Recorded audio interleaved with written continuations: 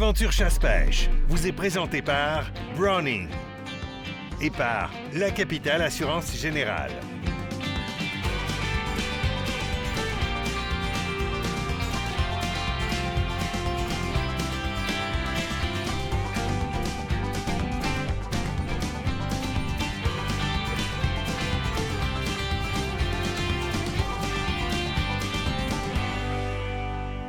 Bienvenue dans votre émission Aventure chasse-pêche, émission spéciale dans un spécial un peu cette semaine, Martin. Oui, émission toute courte en fait, ce qu'on a pris comme décision avec tout ce qui se passe présentement et l'affluence de l'information, l'actualité change à l'heure quasiment. Quasiment, c'est pire qu'avec le COVID en fait. Là. Absolument, Oui. au niveau de, évidemment, toute cette ces nouvelles-là au niveau de la législation, la fameuse loi C-71 qui est appliquée depuis un bon petit bout de temps, mais là, ça commence à bouger. Alors, on vous raccourcit ça cette semaine, puis on va plutôt vous faire des capsules comme sur une base régulière dans la semaine au fur et à mesure que les choses changent. On va vous tenir au courant.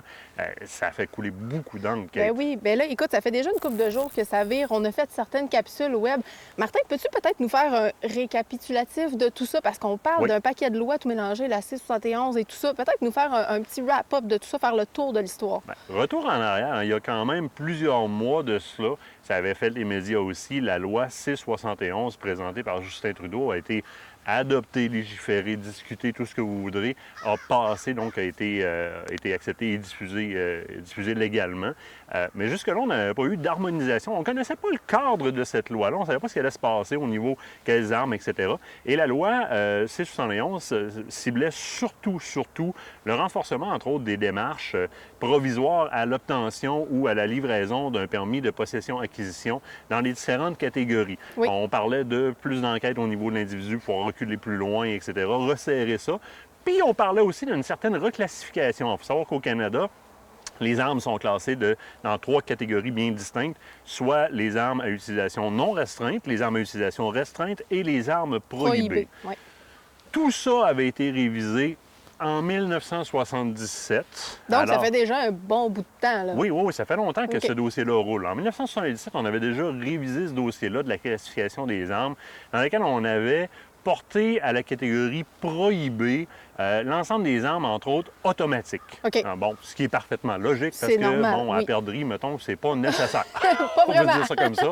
Mais d'un point de vue sécurité publique aussi, c'est logique. Puis, tu sais, les chasseurs avaient protégé les bonnes choses, laissé aller les bons morceaux. Dans les années 90, on avait aussi rebougé un peu les choses en termes de classification, certaines nouvelles armes, certaines nouvelles appellations, certaines nouvelles restrictions suite à des événements, etc. Il y avait une reclassification. Là, on parlait de refaire une reclassification de certaines armes qui étaient jugées comme obsolètes dans leur classification. Donc, on se souvient que particulièrement, ça ciblait les individus qui faisaient des demandes pour des permis de possession-acquisition et il y avait une partie au niveau de la classification des armes. OK. Là, vendredi de la semaine dernière, en plein milieu de COVID-19, puis il faut le mentionner un peu, puis tu sais, je ne veux pas faire d'opinion, je veux livrer la bonne information, mais je veux aussi mettre en lumière qu'est-ce qui a un peu déstabilisé le marché. Ce qui a déstabilisé le marché, c'est que Justin Trudeau est arrivé en plein milieu de tout ce qu'on vit présentement, la pandémie, etc., où est-ce qu'on a besoin d'argent, on a besoin des effectifs, on a besoin de ci, ça, passe par un décret en conseil, un order in council, qui est quand même une façon de prendre une décision unilatérale directe sans avoir besoin des autres membres au niveau du Parlement. Bien, c'est ça. Bien, présentement, de toute façon, il n'y a pas présence de Parlement, il n'y a pas présence de conseil ou de quoi que ce soit. Tout est à l'arrêt présentement. C'est en plein ça. Oui. Il y a quand même des dispositions spéciales par rapport à une urgence sanitaire et on comprend le besoin de ces dispositions-là puisque notre premier ministre doit pouvoir prendre des dispositions rapidement pour la sécurité des Canadiens. Maintenant, là, arrive pendant ce temps-là, plusieurs vont dire non, ça n'a pas rapport avec ça et là, je ne veux pas en faire d'interprétation justement, mais ça arrive pendant ce temps-là où est-ce qu'il y a pas de Parlement, il n'y a pas personne pour s'opposer à ça. Et on passe par un décret en conseil pour mettre en application ici, immédiatement et unilatéralement, une liste qu'on diffusera au travers de la Gazette officielle du Canada. Donc ça, c'est entériné par la Reine, même si la Reine ne voit pas vraiment ça maintenant. On fait partie du Commonwealth, mais disons qu'ils gèrent leurs affaires, on gère les nôtres, c'est à peu près ça. Une liste des armes qui vont être restreintes. Et Justin Trudeau avise dans l'immédiat, toutes ces armes-là sont interdites d'utilisation, de transport, de commerce, d'exportation et d'importation right now, là. Bien là, en plus de tout ça, c'est qu'on tombe dans une période où la chasse est ouverte. Oui, Là, c'est oui. ça l'autre problématique. Là. On est en période de chasse, que ce soit le dindon, l'ours s'en vient, la sauvagine a commencé. Ça crée beaucoup d'interrogations et d'émoi chez les chasseurs. Là. Oui, puis ce qui est le plus mêlant, c'est qu'au départ, dans l'annonce du premier ministre, tout le monde était comme, bon, OK, on se dote d'un nouveau moyen pour transiter des armes qui n'ont pas d'affaires dans le marché et de les rendre prohibées ou de les rendre, de les interdire. Bon, dans ces paroles-là, ça va. Mais plus tard, justement, puis je vais y venir, on en est venu avec une problématique, puis on est en train de terminer d'avoir les informations là-dessus. Ça change aux heures, hein, ça change vraiment aux heures. Là vient le discours qui a mêlé encore plus la population. Encore là, je ne veux pas donner d'opinion, mais vraiment comme refléter ce qui s'est dit. On nous parle au niveau gouvernemental, mais vous savez, les armes automatiques, les armes d'assaut, bon, d'abord, la définition d'une arme d'assaut, le critère numéro 1, c'est d'être automatique. Oui. Les Canadiens n'ont pas besoin de ça. Ils en ont plus que pas de besoin, et c'est nul et non avenu, dans le sens où est-ce que ces armes-là étaient déjà prohibées depuis 1977, puis une autre partie dans les années 90. C'est ça, le ménage à ce niveau-là avait déjà été fait auparavant. Absolument. On Donc, nous apporte ça comme un élément nouveau, mais en tant que tel, c'est déjà réglé depuis plusieurs années. élément nouveau, puis c'est un élément qui, si je peux me permettre, c'est un élément qui vient semer de l'inquiétude auprès de la population. C'est Écoutez, sûr. monsieur, madame, tout le monde qui n'est pas chasseur, pêcheur, qui n'a pas de connaissances au niveau des armes à feu, qui est assis dans son salon et qui, lui, interprète avec les connaissances qu'il a, ce qui se dit à la télévision présentement, ah, les chasseurs ont des armes automatiques. Ben oui. Alors que ce n'est pas le cas puisqu'elles sont prohibées. Et on va jusqu'à dire carrément en pleine télévision, écoutez, les chasseurs n'ont pas besoin d'un AR-15 pour tirer sur un cerf de Virginie. C'est de la désinformation, malheureusement. Bien, malheureusement, c'est une information qui n'est pas correcte, qui n'est pas juste. On n'aurait pas eu besoin de se servir de ça. On va le dire comme ça. On n'aurait pas eu besoin de se servir de ça parce que tout le monde sait très bien que l'AR-15 n'est pas une arme qui est autorisée au niveau de la chasse au cerf de Virginie. Peux-tu nous parler peut-être un peu du AR-15? Oui, absolument. Puis en plus, l'AR-15 se présente plus souvent qu'autrement en calibre 2,23, le 5,56 NATO, qui est une arme, un calibre qui est même pas autorisé pour la chasse au grand gibier parce qu'il est jugé inefficace. Donc, le pourquoi qu'on est venu dire en pleine télévision, bien, de toute façon, les chasseurs n'ont pas besoin d'une AR-15 pour aller chasser du cerf de Virginie. Beaucoup de c'est des mots qui sont lourds pour des gens qui connaissent moins ça. Puis la population, évidemment, face à ça, fait hey! Ben oui. Nos chasseurs ont des lance-roquettes, des oui, armes mais avec automatiques. raison, on a de l'air... Et ça leur fait peur. C'est ça, ben oui, c'est tout à fait normal. L'image que ça projette est pas du tout la bonne. Au niveau de l'AR-15, si tu veux que je te donne un peu de spécification, Oui. eh bien, c'est un autre point d'information qui est un peu à questionner dans le sens où est-ce qu'on a qualifié verbalement du côté du gouvernement ces armes-là, des armes développées par et pour les militaires comme machines à tuer en masse, et etc. On en a mis comme épais. AR-15, après ça, ça a été repris un peu partout par, évidemment, les pro-lois en disant AR veut dire Automatic Rifle ou veut dire Assault Rifle. Ce qui n'est pas tout à fait la bonne signification. Bien, du tout. AR, en fait, veut dire Armalite Rifle. Armalite, qui est une compagnie qui, en 1959, met sur le marché une Armalite Rifle modèle. Là, est-ce que c'est le modèle 15, le modèle 7, 8 ou 10 qui a été mis sur le marché en premier? Je ne le sais pas, mais du moins, l'AR-15, on retrouve des espèces de publicités style magazine Sears, si tu veux, dans les années 59-60. Donc, met en marché Armalite modèle 15, qui est une arme qui est orientée vers la chasse à la vermine. Donc, une arme compacte, efficace, facile à traîner, facile à utiliser pour chasser la vermine sur les terres des cultivateurs. Ça devient facile à traîner pour un cultivateur ou pour les trappeurs pour faire leur chasse à la vermine. Ensuite, on récupère cette arme-là parce qu'elle est jugée comme étant efficace et de qualité en termes de conception, d'ingénierie, et l'armée la récupère et en fait des versions militaires. Donc, c'est beaucoup à ce niveau-là, moi, que ça me cause un peu plus de problème. Puis ça cause problème parce que ça a apporté énormément de confusion dans le public, parce que l'information qui a été livrée n'est pas l'information qui est juste et vraie. Et livrée de cette façon-là, bien, c'est sûr que ça lève un vent de panique dans la population. Puis là, on s'est ramassé avec un 85 de la population qui est en faveur de ce bannissement-là. Si ce serait juste ça, puis faire comme, bon, on tasse des armes qu'on n'a pas de besoin, comme dans Exact. la liste qui a été diffusée, des lance-roquettes, des lance-grenades, des ci, des ça, il n'y a pas un chasseur qui aurait parlé. Non, c'est sûr. Il y a pas un C'est chasseur sûr et qui aurait parlé. certain. Puis, tu sais, il y a aussi, parce que je pense que c'est bon d'en parler, il y a des événements qui ont attiré tout ça, puis qui ont fait que ces armes-là, cette nomenclature-là, a ressorti. C'est pour ça que les noms ont ressorti de ces armes-là. Définitivement. À cause mais- des événements, entre autres, au Nouveau-Brunswick. La Nouvelle-Écosse. Nouvelle-Écosse, pardon. Nouvelle-Écosse, écoute, tous les événements qui entourent des tragédies avec les armes à feu sont tous tragiques. Les chasseurs, là, c'est pas des gens qui veulent du mal. C'est des gens qui prennent la peine de s'éduquer, de passer au travers du processus le plus compliqué en termes administratifs au Canada. Il y a plus de paperasse pour avoir un permis de possession-acquisition que pour se marier ou se divorcer. C'est à ce point-là. Les chasseurs se portent volontaires dans leur responsabilité tant qu'aux connaissances et à l'utilisation responsable et à l'entreposage responsable des armes à feu. Se dotent de fédérations, fédération de tir, fédération des chasseurs-pêcheurs du Québec, etc., pour encadrer et Exact. pour responsabiliser, former, informer, sécuriser la population. On met des sous dans des services de protection de la faune qui sont là aussi pour faire la même chose. Exact. Protéger, servir, informer. Oui. Les chasseurs et les tireurs sportifs sont des regroupements responsables et ne veulent pas que ce type d'événement-là se produise, évidemment.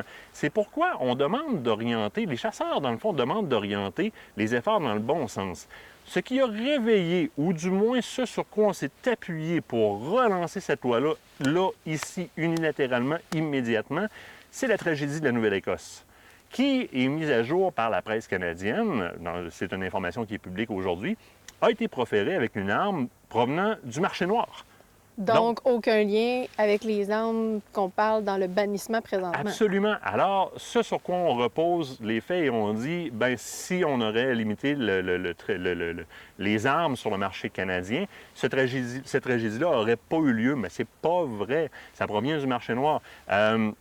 M. Ford, le premier ministre de l'Ontario, entre autres, se retire de toute cette mascarade médiatique-là en disant, écoutez, 2 petites secondes, on a une problématique, là, parce que l'ensemble de ce qu'on utilise comme argumentaire pour bâtir la légitimité de l'apparition ou de la mise en application aussi rude et actuelle de cette loi-là, ce sont tous des événements qui n'ont pas rapport avec les armes qui sont propriété légitime de chasseurs et de tireurs sportifs, mais ont rapport au marché noir. Alors moi, comme premier ministre, M. Ford dit, je me refuse à voir, on estime entre 600 millions et 2 milliards le programme de rachat des armes au Canada. Je me refuse de voir mon gouvernement fédéral mettre ces budgets-là là-dedans. Je veux que mon gouvernement fédéral le prenne et le mette exactement là où est-ce qu'ils identifient eux-mêmes qu'il y a un problème. Exact. Au niveau de la contrebande d'armes, au niveau des services frontaliers, donner les moyens à ces gens-là. Les gens de services frontaliers, là, donnez-leur plus de moyens pour travailler, puis on vient du moins d'orienter beaucoup mieux nos budgets pour potentiellement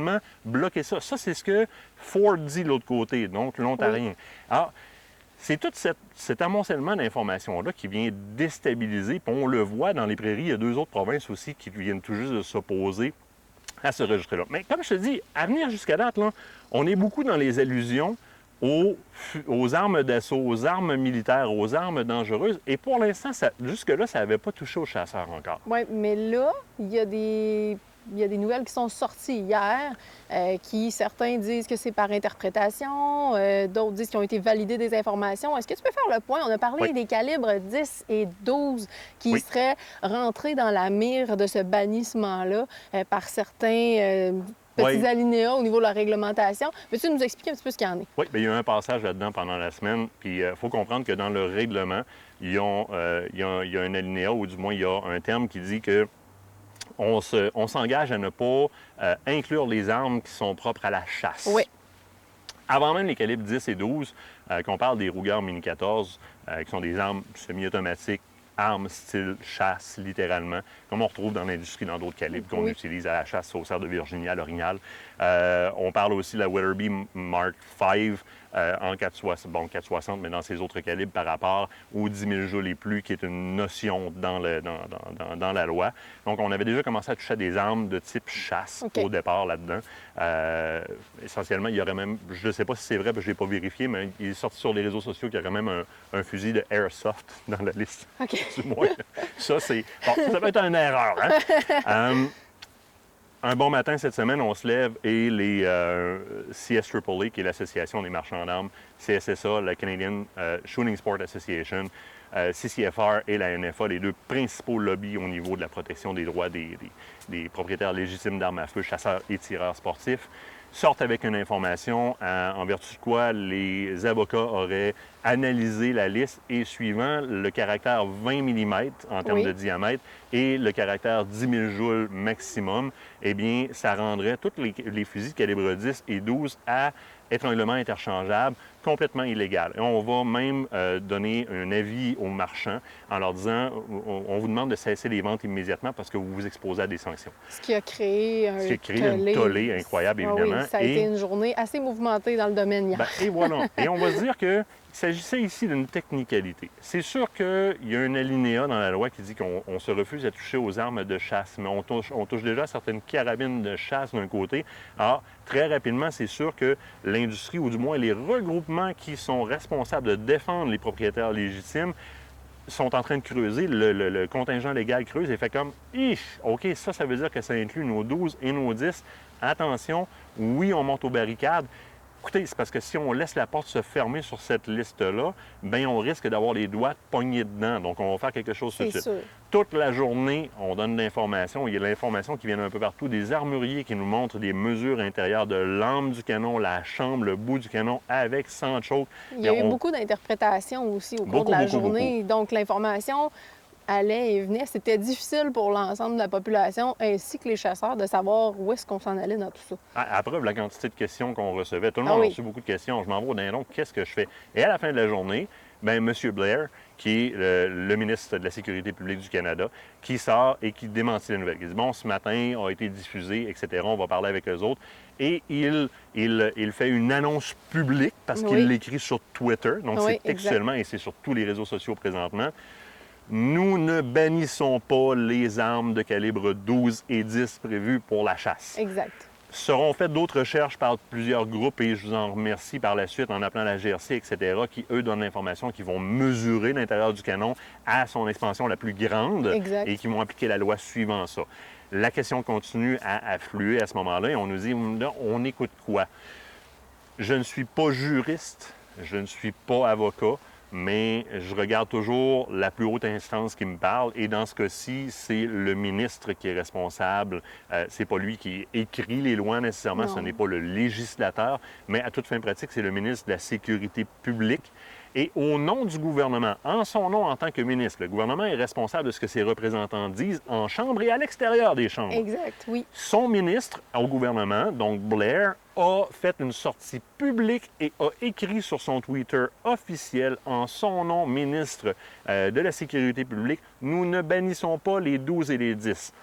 Alors, ce tweet-là, ce texte-là, est sur nos médias sociaux présentement. Oui. À la limite, si vous êtes encore dans le doute, par exemple, un agent de police qui, en passant, applique une réglementation qui est mise de l'avant par un gouvernement, pourrait utiliser son pouvoir discrétionnaire et dire « ce 12-là », imprimez ce tweet-là. Oui, gardez-le avec vous. C'est une affirmation solennelle publique d'un représentant, d'un ministre du gouvernement en place, le ministre de la Sécurité publique, qui dit textuellement en son nom, donc il engage le gouvernement, non, on bannit pas. Alors, ça, c'est super important. Cette partie-là peut tantôt pour jouer un rôle très important. Donc, plus de peur que de mal de ce côté-là. Oui. Maintenant, la porte a été ouverte à quelques reprises au niveau des armes de chasse et ça vient un peu ressouder qu'est-ce qui est en train de se distancer parce qu'il y a des chasseurs et des tireurs sportifs qui se distançaient dans leur interprétation de la loi en disant « Ben non, c'est pas dans ma course, ce ne sont que des kalachnikovs et des armes automatiques puis des lance-grenades. » Eh bien non, là, c'est venu chatouiller l'orteil des chasseurs. Exact. Alors là, on va être un petit peu plus à l'affût. Là, ce qui est super important, parce qu'on est là dans les nouvelles, malgré que là, on est mercredi et ça, c'est diffusé jeudi. Oui, exact. Il peut y avoir des choses qui ont changé entre-temps et il va y avoir des vidéos sur nos Facebook. Il y a forcément des choses qui vont avoir changé. Des choses vont changer. En date d'aujourd'hui, on est mercredi le 6, c'est important de le dire, 13h10 présentement.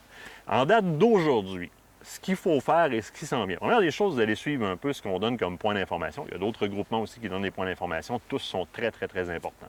Je tiens à remercier en passant nos auditeurs qui font un travail et nos collaborateurs qui font un travail colossal en nous livrant de l'information. Tous les deux, là, on travaille super fort.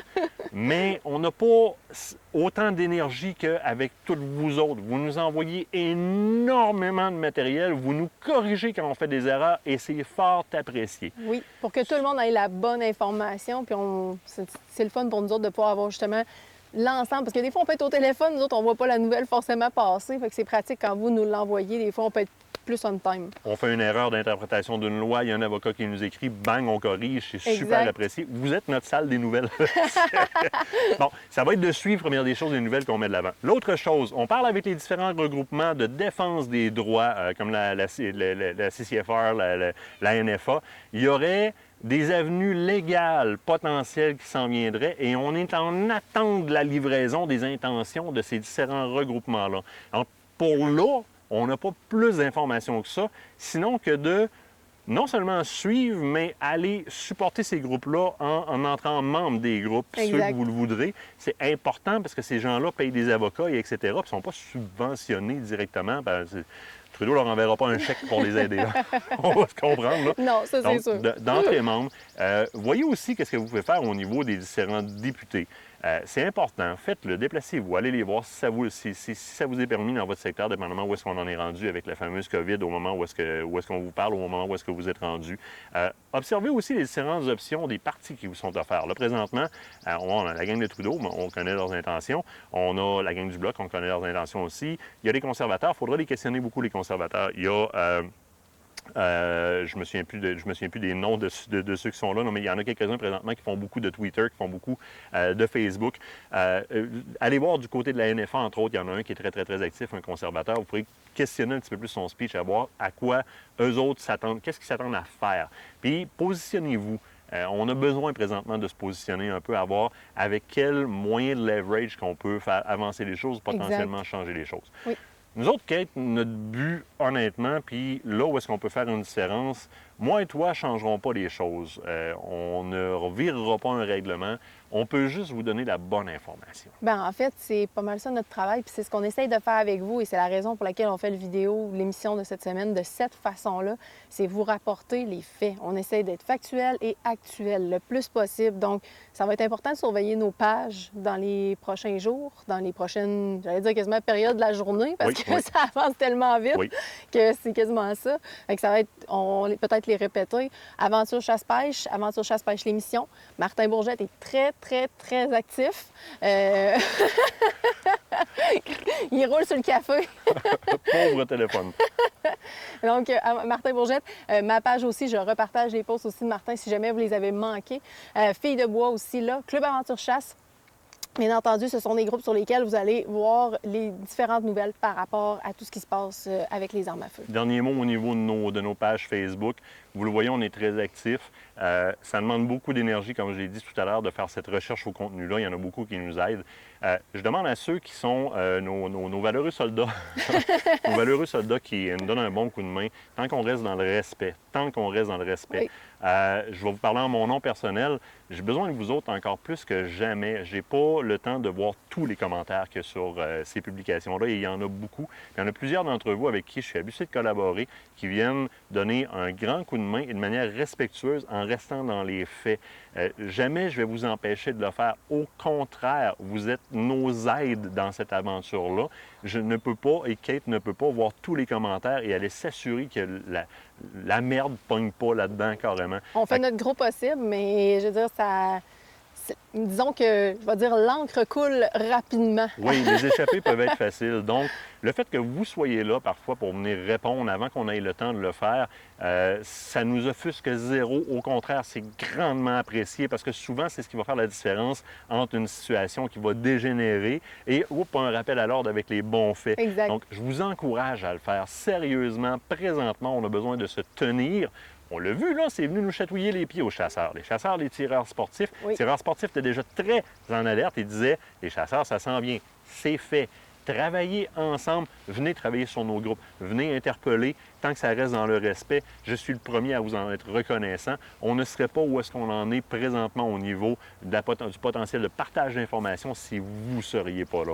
Et si tu ne serais pas là, puis je dois te remercier parce que tu fais un travail colossal, c'est moi qui est à l'avant, qui est dans les vidéos, puis qui parle, mais il y a une petite bonne femme blonde qui travaille en tabarouette à faire de la recherche, puis qui, elle aussi, interpelle son réseau alentour pour aller chercher beaucoup de choses. Puis on va essayer de la mettre un petit peu plus de... Je vais en faire travailler. Je vais arrêter de prendre du café, m'en aller dormir, m'en mettre sur la caméra. Mais pour vrai, c'est un peu grâce à vous autres, parce que c'est vous autres qui nous donnez ce fuel-là, parce qu'on le sait que vous avez besoin de ces informations-là. Puis en même temps, on partage votre réalité. On l'est, chasseurs, on vit de ça. Puis on est aussi tireurs sportifs, on aime ça, on en mange de ça, tout comme vous autres. Fait que oui, ça nous tient à cœur. Fait que quand vous avez des points, que ça soit des fois... moi, je vous demande juste une chose. Des fois, on ne peut pas tout de suite répondre, puis soyez-en conscients, parce qu'effectivement, dans les derniers jours, on est très, très actif, mais on est aussi débordé. Donc, quand vous nous écrivez en privé pour nous donner vos informations, on les voit, mais peut-être pas à la seconde près, parce que c'est pas un robot qui vous répond, c'est nous. Directement. C'est ça, c'est nous directement. Perdez jamais de vue que c'est un choix personnel qu'on fait, puisque, évidemment, on fait notre travail dans la vie de tous les jours pour lequel, comme n'importe qui, on reçoit un salaire, mais on finit ce travail-là souvent aux petites heures du matin, là, 2h30, 3h, 3h30, 4h, parce que dans notre journée, on prend notre temps personnel pour continuer à s'assurer que cette nouvelle-là soit là. C'est un choix qu'on fait d'aller s'exposer à l'avant puis de montrer les flancs pour s'assurer de continuer à donner l'information, puisqu'on n'est pas beaucoup sur la ligne de front présentement à donner l'information. Donc, on tient à maintenir cette position-là et on est conscient qu'en le faisant, on s'expose. Et c'est là souvent que vous venez nous aider, parce qu'on demande un peu de respect là-dedans. Des fois, il y a un petit peu d'incompréhension. Le porteur de nouvelles est souvent celui sur lequel on tape, malheureusement. Puis je dois vous dire qu'à date, moi, ah oui. sérieux, merci. Là. Merci. C'est comme, la reconnaissance ça. est incroyable. Ouais. Puis votre aide quand ça dégénère sur notre dos est incroyable aussi. Un grand merci. On termine ça pour là, parce qu'on a de la recherche à faire en Oui, tabarouette. on n'a pas fini notre journée. Puis le téléphone qui est en train de filmer, je le vois quasiment vibrer d'ici parce que vous envoyez des messages à côté d'embarras. Fait qu'on va aller prendre les messages, vous voulez qu'on vous réponde. On coupe ça là pour cette semaine. Suivez-nous sur les médias sociaux. Oui. Et tu les as tous nommés. Un grand merci à toi. Tu fais un travail incroyable. Mais merci à toi d'être là et d'être la voix des chasseurs. C'est C'est énormément toi qui me place dans le soleil comme c'est là. Fait que... À la semaine prochaine, tout À le la monde! semaine prochaine. Aventure Chasse-Pêche vous a été présenté par Browning et par La Capitale Assurance Générale.